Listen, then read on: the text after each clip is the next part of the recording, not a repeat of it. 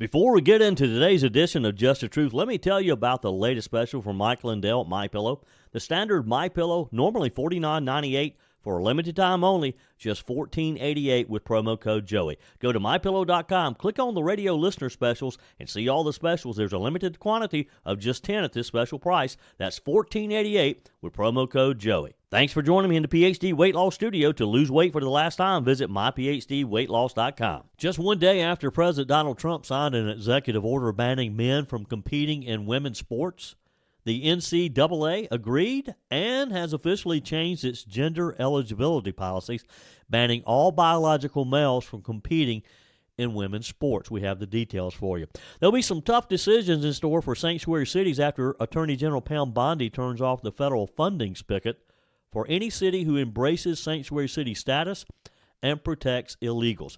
And for nearly 4 decades, the South Carolina Policy Council has been a leader in tax reduction reform, private property rights, education reform, judicial reform, government deregulation, transparency, and governmental accountability, and efforts to expand individual liberty. This week, they released their 2025 legislative agenda. Michael Burris joins us to talk about the recent results of a statewide poll about the issues South Carolinians believe are important. I told you we'd be back. And ye shall know the truth, and the truth shall make you free. It's Joey Hudson. I wanted to name it the Joey Hudson bill, but, they don't allow you to put names on bills. But I wanted to call it the Joey Hudson bill because I know that one's been near and dear to you for a number of years. That's how it's done. Let your voice be heard. And the truth shall set you free. Here's Joey Hudson. Newly confirmed Attorney General Pam Bondi has a message for sanctuary cities. No more federal funding. She has their attention now. We have the whole story for you. But first, breaking news yesterday afternoon and other common sense actions. Finally, the NCAA has officially changed its gender eligibility policies, banning all biological males from competing in women's sports. The announcement came just one day after President Donald Trump signed the No Men in Women's Sports Executive Order, which established a national standard on the issue. So under the new policy, a student athlete assigned male at birth is no longer eligible to compete on women's teams, while biological females remain allowed to compete on men's teams. That's how it's been for years. The decision marks a significant shift from the previous NCAA policy, which had allowed biological males to compete in women's divisions after a year of testosterone suppression. Now, we have been struggling with this for several years now. Joe Biden and Kamala Harris sat back and allowed a few sick men to destroy sports for some women who had worked their entire childhoods to compete at the collegiate level. And they'll never get that back. It just shows all Joe Biden had to do was say no, and the nonsense would have gone away. It just sickens me to think about what some of these young ladies have had to endure. Former NCAA swimmer Paula Scanlon told Laura Ingraham that it was crazy that she had to be at the White House signing event to get this accomplished. It was the greatest day of my life. But what I will say is the fact that we are even here, Laura, is so crazy to me. We have to have a sitting president say, hey, let me sign an executive order that says men do not belong in women's sports. I mean, have we lost our minds that we have to do something like that? So in a way, it was bittersweet to even be there. But again, every single girl in the room that was there experienced this, contributed to this, and we all worked so hard to get this across the finish line. And it was a great day of celebration. NCAA President Charlie Baker issued a statement supporting a uniform approach rather than what he called a patchwork of conflicting state laws. He acknowledged that Trump's executive order provided clear guidance and said the NCAA Board of Governors would take steps to align its policies accordingly. Again, why did it take a president's executive order to make the NCAA realize what has been evident since the beginning of man, since God created Adam and Eve? It took an executive order for the NCAA to acknowledge that men should not be playing against women. Who's the adult in the room here? This move comes, of course, after a number of legal challenges over transgender participation in women's sports. It all started or became a national issue with former NCAA swimmer Riley Gaines, who has been a spokesperson and a tireless worker. She was leading in a lawsuit against the NCAA, citing her experience of competing against and sharing a locker room with transgender swimmer Leah Thomas. This is when most of us really recognize what an issue this was. 3 of Thomas's former teammates at the University of Pennsylvania have also filed a lawsuit alleging that they were misled and pressured by university administrators. Meanwhile, the Department of Education has launched multiple Title IX investigations into schools that have allowed biological males to compete in women's sports. Among them, San Jose State University, where a transgender volleyball player played 3 seasons as one of the Mountain West top hitters. A lawsuit filed by 11 female volleyball players and a former assistant coach claims that the university concealed the players' biological sex from the teammates. Now, polling data is pretty clear. Polling data shows that there's widespread support for restrictions on transgender athletes in women's sports. A recent New York Times Ipsos survey found that 79% of Americans, including 67% of Democrats, believe biological males should not be allowed to compete against women. And finally, in just over 2 weeks of being back in the White House, Donald Trump has solved this issue. Now, I hope that those lawsuits continue, because I hope some of those idiots at some of those schools and some of the people in the NCAA, they're held accountable for not stepping up and, again, being the adult in the room and stopping this nonsense before it got so far along. Leah Thomas should have never been allowed to swim against Riley Gaines, period. But he was. And Riley Gaines, again, would never get that experience back. Moving on, Attorney General Pam Bondi ordered a pause on federal funds for the so-called sanctuary cities. Some city leaders around the country have some decisions to make. Bondi also directed the Department of Justice probe instances of jurisdictions that are impeding law enforcement and that they be prosecuted when necessary. In Pennsylvania, at least 2 major cities have enacted sanctuary policies, while leaders in a third have signaled opposition to working with federal officials as they round up illegals in their cities. Philadelphia notably announced that its new paradigm when Mayor Jim Kenney videotaped himself dancing in his office and singing, "We are a sanctuary city," after a judge ruled in the city's favor on enacting such policies. The video went viral. He became a star among the left. A representative for current Mayor Sherrell Parker declined to comment on Ms. Bondi's action. Lancaster, a blue dot in Amish country sea of red, also approved sanctuary city status, while Republicans at the county level have passed an ordinance ensuring cooperation with the feds. We have just a hodgepodge of cities around the country, with some cities in a county that the county is going to cooperate and the city says they're not. Pittsburgh is not formally a sanctuary city. Democrat Mayor Ed Gainey recently announced, "I'm not going to be working with ICE," after border czar Tom Homan took the reins in Washington. It's going to get dicey because Pam Bondi, with the support of President Donald Trump, is not going to back down. We're going to have another standoff. They're going to stop federal funding, and some leftist woke judge will probably step in and try to stop it, or at least postpone it. I got a feeling, though, that all of these lawsuits, and they're starting to add up, because everything Trump tries to do, some liberal leftist judge appointed by Barack Obama or Joe Biden steps in and tries to stop it or slow it down, because that's all they're going to do is slow it down. Because I got a feeling that as some of these cases start reaching the Supreme Court are going to fall on Donald Trump's side in these cases. House Minority Leader Jesse Topper from this is back in Pennsylvania, said in an interview yesterday that it's position of the GOP caucus to support the law. He said, if these municipalities, talking about Pittsburgh and Philadelphia, are not upholding the law, then I would expect there to be consequences, and I support that. Asked what he'd say if city leaders sought assistance from him, he said, I'd tell them to enforce the law. And it's just that simple.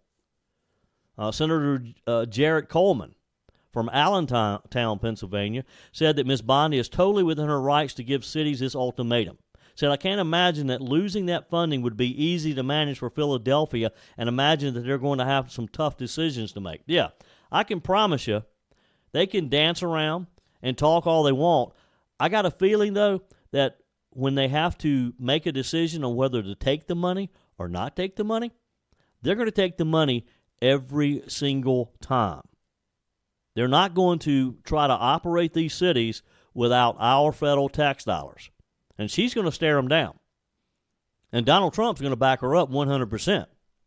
So it's going to be fun to watch as these liberal, leftist, loudmouth mayors have to make the decision.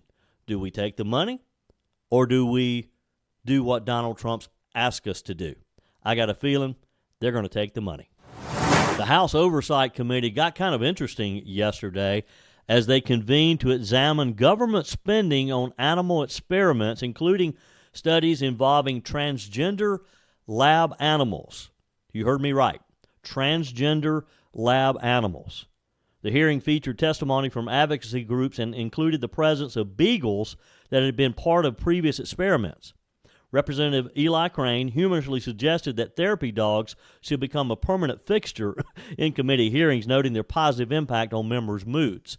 So here's what happened.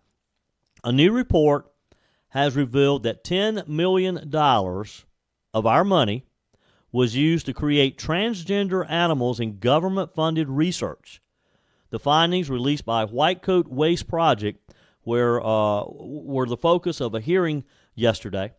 Representative Nancy Mace from the 1st Congressional District of South Carolina called out the Biden-Harris administration for what she called a radical policy agenda that funded gender-related experiments on mice, rats, and monkeys. Are you getting the feeling that the Biden-Harris administration were fixated on transgenderism, whether it was with humans or with animals? They just had this fixation on transgenders. What is it? All right, so during her remarks, Representative Mace highlighted several taxpayer-funded studies, including a $2.5 million project examining the fertility of transgender mice and a $1 million study on how testosterone affects female rats exposed to date-rape drugs.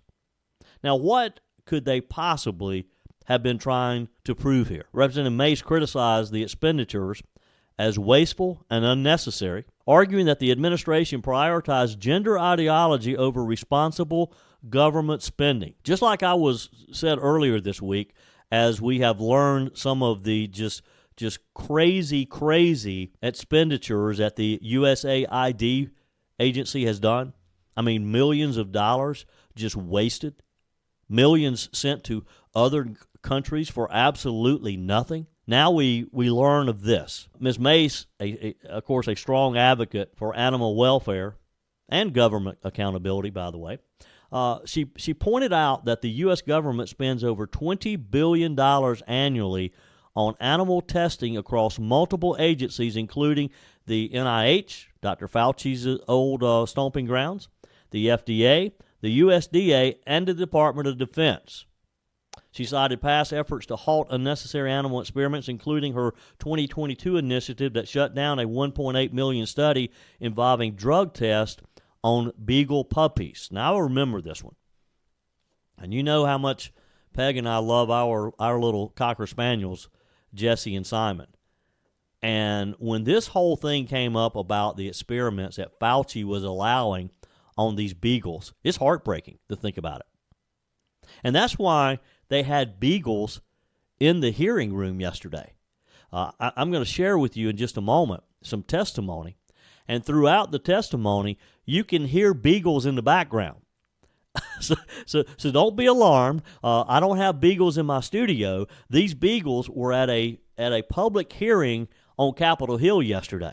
Witnesses at this hearing included representatives from the White Coat Waste Project and researchers from Johns Hopkins Bloomberg School of Public Health. Beagles rescued from government-funded testing facilities were also present as a symbolic reminder of the ongoing debate over taxpayer-funded animal experimentation. One witness, identified simply as Mr. Goodman, answered a number of questions from Representative Mace. Here's the troubling exchange, and notice, again, the beagles being heard in the background. Thank you all for being here today. I will now recognize myself for 5 minutes of questioning. Mr. Goodman, in your written statement, you state the White Coat Waste Project identified at least $10 million in NIH grants for transgender animal experiments. You state that 95% of the funding came from Dr. Fauci's NIAID. Why is the federal government spending taxpayer dollars to create transgender animals? Your microphone. Thank you. It's a great question. I mean, I wonder why they're making cats constipated also. It's a question that rings around in my head at night when I'm going to bed, why we're funding these things.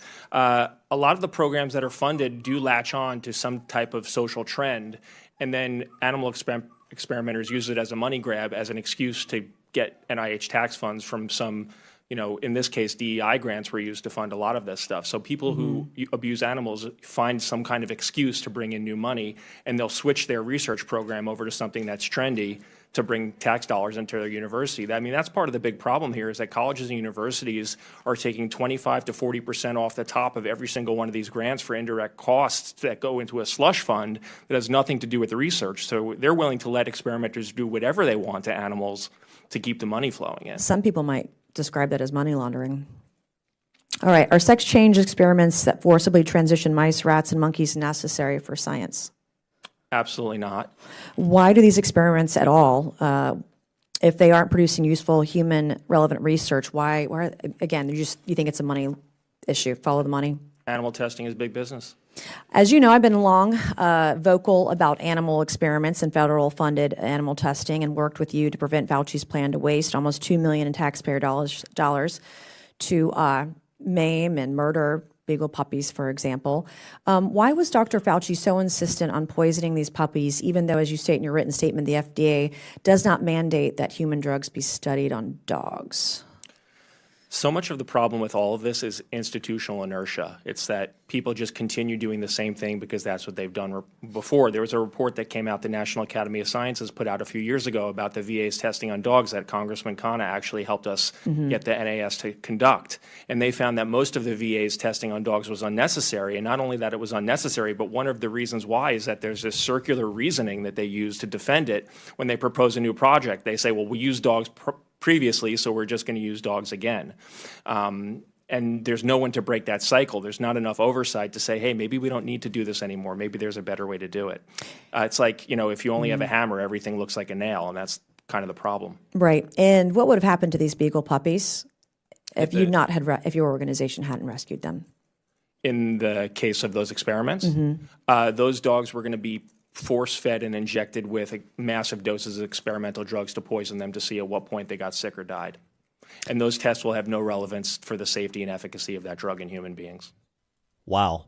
So it was not going to help researchers to know whether or not the drug was going to be safe for human consumption, regardless of what they did to those poor animals. And Dr. Fauci knew about this. Ms. Mays emphasized that stopping wasteful government spending on animal cruelty is a bipartisan issue, and expressed hope that the hearing would lead to meaningful reform, and I hope she is right. Your comments are welcome on the Furman Ford text line, 864-477-JOEY. That's 864-477-5639. Emails always welcome, joey@joeyhudson.com. There's a lot of talk about making America great again, and it begins with making America healthy again. Dr. Ashley Lucas and her team at PhD Weight Loss are at the forefront to educate and guide you to be your best self. The millions being spent in propping up Big Pharma are astounding, only to create long-term dependency and harmful side effects. Let's take a natural approach that isn't connected to a pharmaceutical company's bottom line. The coaches at PhD Weight Loss will show you how. The entire program is centered around science and nutrition, a proven roadmap that has helped over 8,000 clients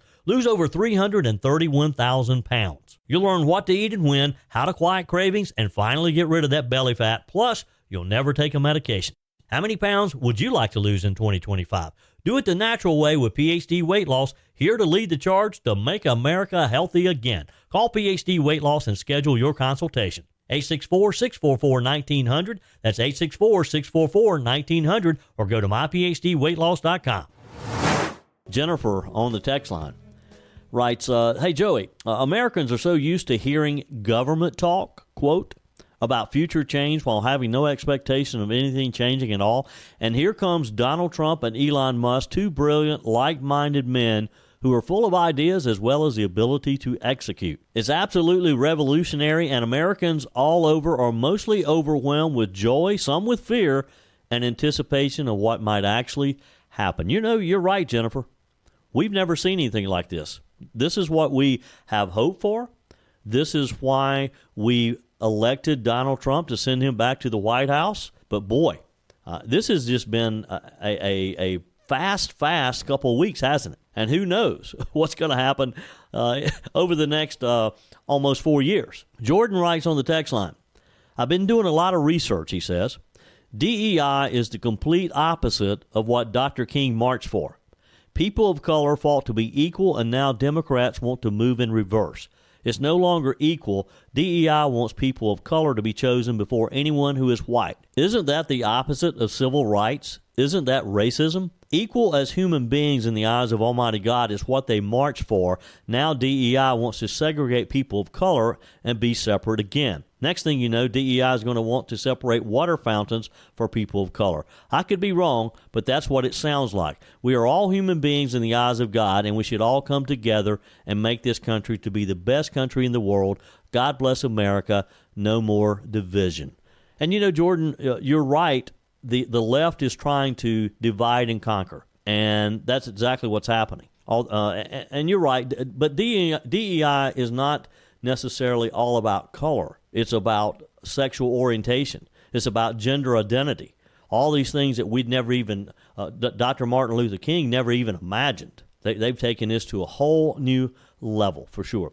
Ginger writes on the text line, Joey, I've seen several Facebook posts suggesting that cutting DEI will do away with protections for the disabled in their jobs, such as a bag boy in the grocery store who is on the autism spectrum or a veteran with disabilities. Do you have the real story on this? Thanks for all you do. Ginger, cutting DEI will not do anything or have any effect on the Americans with Disability Act. And that's what the two examples that you gave fall under. We are still going to protect people with disabilities. DEI is just something that the left and the woke have come up with in recent years. They've been building on this for a long, long time. But DEI is more about the diversity, the equity, the inclusion is about hiring people not because they're qualified for the job, but because they fall in, they check some box off. And it protects transgenders. It protects people of color to a degree. In other words, if your company does not have an equal amount of black people, of Asian people, then rather than hire someone who's qualified for the job because you need someone of color, then you hire someone of color. A lot of schools had started using this for their admissions. Rather than hiring someone, let's say medical school, for example, because this has been used quite often. Rather than hiring someone who was at top of his class, a white male, you hire a black female because she's female and she's black. Maybe she doesn't have the grades and doesn't have the experience to go to medical school, but she checks off that box. That's what DEI is all about. Texter, this is Jerry, says, hey, Joey, when it comes to foreign nationals, maybe the policy should be to just have visits allowed in non-consecutive years. Maybe so. From the New York Post, and this is back on the Tom Holman and ICE and just the overall roundup of the dangerous illegals who are in our country. The Post writes about the East Hamptons. Now, the East Hamptons is out on Long Island. It's a very ritzy area. It's in fact, the New York Post says the median property value is $2 million. That's the median. I mean, there's properties out there that are 10, 15, $20 million. This is the area where the Obamas have their summer home, okay? So evidently, village and town leaders held a special meeting this week because they're concerned that ICE is going to raid their little enclave out there and take away their housekeepers, take away their landscaping folks, take away their laborers. So the East Hampton Village Police Chief, Jeffrey Erickson, stressed that local law enforcement do not have the authority to enforce federal law and that they won't hold on to undocumented immigrants if given an ICE detainer. Basically, they're saying they're not going to cooperate with ICE. Erickson told a concerned resident, if it's an ICE detainer or an administrative warrant, we do not have the authority. We will not hold them. The East Hampton Town Police Chief, Michael Sarlo, at a separate meeting said, our level of participation and cooperation with ICE lies in criminal matters. I haven't seen an ICE agent in this town, and I can't tell you how long. Well, guess what, buddy? Being quoted in the New York Post, I can bet you Tom Holman reads the New York Post. And I'll bet you're going to start seeing some ICE agents in your little community there. He dramatically pointed to his firearm on his side, saying, people who wear this and put this on don't interfere with other people who wear this and put this on. Basically saying that his police officers are not going to be interfered with by ICE officers and vice versa. He hadn't met any of Tom Holman's ICE officers, has he? Because they're there to do a job, and they're not going to care about some local police officer who has decided he's not going to enforce the law because he's afraid that some of the rich people in the neighborhood are going to be upset because their maid is gone suddenly or their landscaper is gone suddenly. Look, you got to understand, this is going to be a tough decision down the road. Now, this is not their priority right now because they're wanting to get the worst of the worst out of our country. But eventually, in these next few years, there's going to be a lot of people who are here illegally, and maybe they have some minor offenses. Maybe it's some traffic citation. Maybe a DUI. Not that that's a minor offense, but a DUI where nobody was hurt, but this person was caught driving under the influence. Or maybe they're caught driving under the influence. That's what's going to hurt. Because look around you. Just about everybody comes in contact with or has the services of someone who's here probably illegal. If you have a lawn service, you probably have someone who comes to your home and works in your yard who's here illegally. If you built a house recently, you probably had an illegal helping frame that home or lay the block on the foundation. If you've had a maid service, some type of janitorial service, it's likely that there was an illegal working on that crew. So we're all going to be affected by this eventually. And it may be inconvenient until this all works its way out.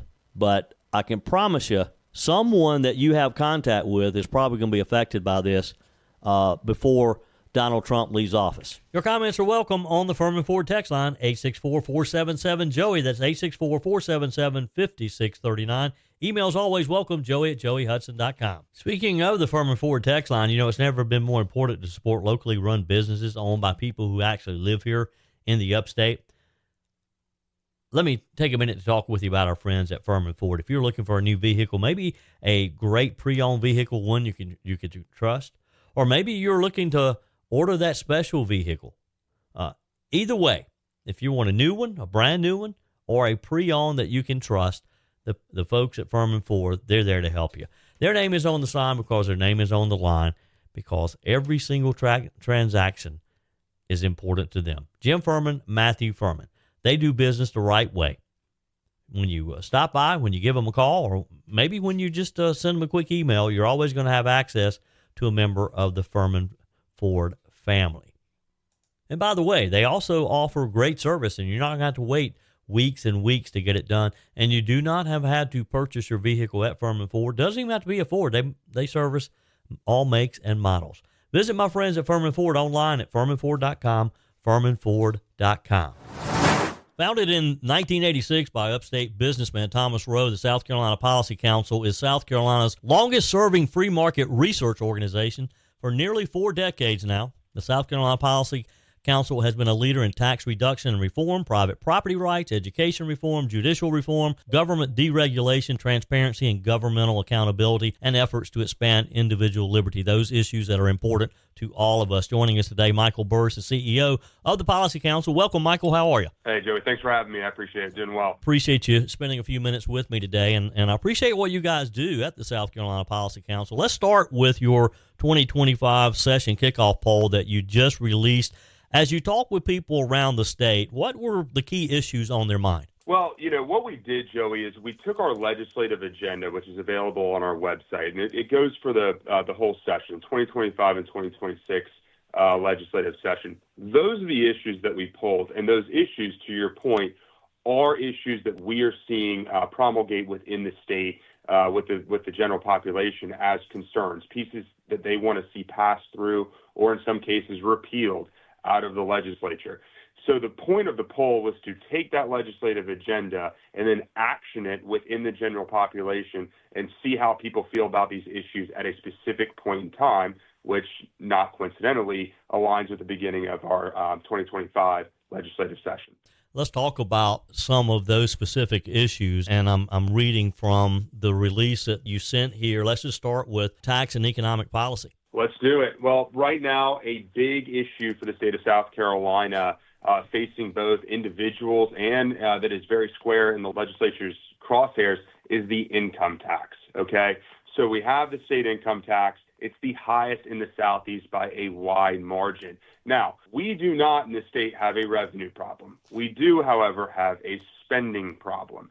So if you're looking at other states in the Southeast, which, by the way, the average income tax rate in the Southeast is 3.3%. That goes from North Carolina through Tennessee, down through Florida, and over through Mississippi. South Carolina stands out at 6.2% right now. I believe the next competitive state is in the mid-4s. So we are proposing, the South Carolina Policy Council proposes at least a drastic reduction in the state income tax or its complete elimination. What does that do? Well, obviously, it keeps money in the pockets of taxpayers to use as they see fit. It makes a more competitive business environment, and it kind of backhandedly forces the legislature to do something that we're seeing going on at rapid speed at the federal level, which is cutting spending. And so that is really, I come from private equity, right? I just started at the Policy Council out of passion. But when you're in a business, you're looking at your revenue streams. You're looking at your expenses. Then you have your fixed costs, your taxes and insurance at the bottom, and then you're driving to NOI, right? Well, it's no different, really, in government. We need to look at our revenue position, which is strong. Everyone loves to talk about the surpluses and rainy day funds that we have. But we really need to focus on the expenses. And if we can cut back some of those silly expenses and then decrease our revenue and parity, we're going to achieve a very stable South Carolina that is able to be attractive for individuals and businesses alike and keep money in our own pockets where it belongs. Yeah. And so we see in our responses to this, 75% of respondents said they strongly or somewhat agree in reducing or eliminating the state income tax. Joining me today, Michael Burris, CEO of the South Carolina Policy Council. You talk about some of those expenses. Are there specific areas that you guys would like to see the legislature cut expenses? Well, I think just getting into general earmarks is where you need to start, right? So look at what's going on at DOGE right now. We're seeing all this stuff come out at USAID, $3 million to understand how a shrimp runs on a treadmill, okay? Yeah. We spent $1 million in South Carolina standing up a podcast last year. So let's start with the low-hanging fruit, things that really don't fall into the function of government. And if we can get some of that taken care of, which is a substantial amount, then we can look at things like state agencies. Now, when we talk about state agencies, by law, in the state of South Carolina, we have zero-based budgeting, right? So an agency is supposed to come before the legislature and say, here's what I spent last year, and here's what I'm asking for this year, right? Mm-hmm. That doesn't happen. They're simply coming up and saying, this is what I need this year for these programs without taking into account what they spent last year. That's a problem. We need to follow state laws to zero-based budgeting, Joey, and that's going to help us and help the legislature really understand where some of this current funding is going and whether or not it's relative or, needed in that agency. Yeah.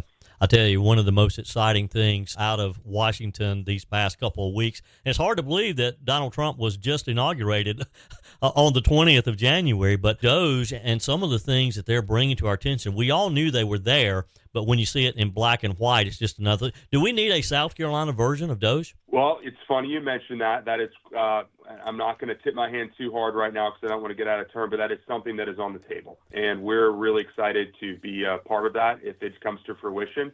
I think the demand from the public is certainly there. We look at what's going on with USAID, how it intertwined with Politico and BBC. We look at some of these insane expenditures. Why wouldn't we take the momentum from the federal level and bring that down into one of the reddest states in the nation that overwhelmingly voted for this administration and use that example in our own state? To me, it makes perfect sense. Yeah.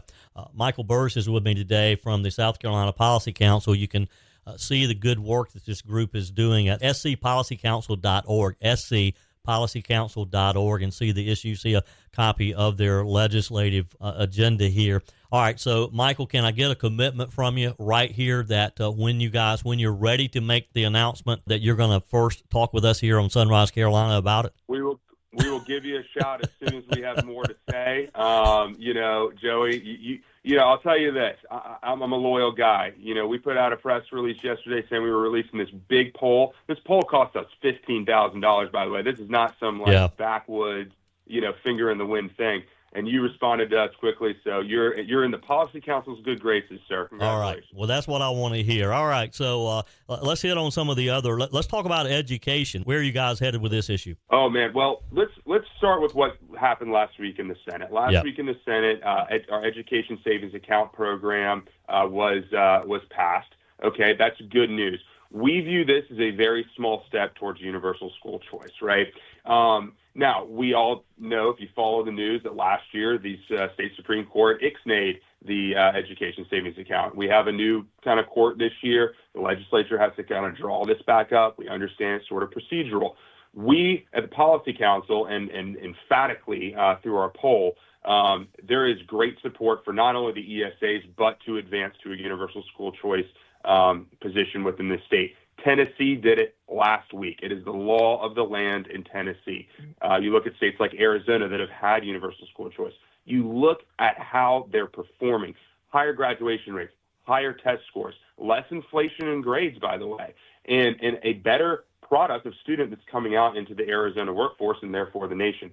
So this is a step in the right direction. It's not the full-throated thing, but per our poll, 60% of the 1,200 people, registered voters, I might add, polled support this education savings account. And when you get down into, and Joey, you'll see it on our website, we've released all the crosstabs.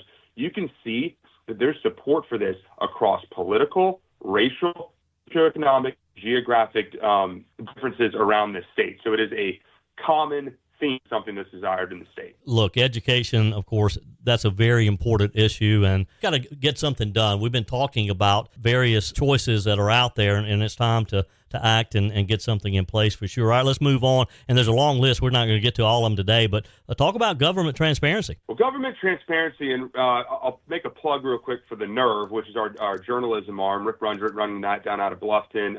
The NERV, its own website. Please go check it out. He does a great job. He's a heck of a journalist. When we talk about government transparency, we need, as in this age of technology, especially post-COVID, and how cheap this stuff is to do, the citizens of South Carolina, per our poll, 80% believe it's important that all government meetings in South Carolina are live streamed and archived for public viewing. And this is not just at the State House, who actually does a fair job of this, but we're talking about your county council meetings. We're talking about your school board meetings. This needs to be mandatory in the state. It is a cheap, low barrier to entry thing that even the most rural communities can do. And what does that do for us? Well, if you're at work, like most of us are during the day, and you cannot make a school board meeting or you cannot make a county council meeting, you can go on and watch what's going on and hear what's going on in your own community. Now, we've done a report on this. I don't have the numbers off the top of my head right now, but it is a very low percentage of counties in the state that are doing live streaming and archiving. Obviously, the bigger counties, Greenville, Charleston, Richland, they're doing it. Some of the smaller ones that might surprise you are doing it. But we believe that this needs to be, we're never much for regulation at the Policy Council, but this is a little bit different. We believe this needs to be codified and mandated throughout the state. Yeah.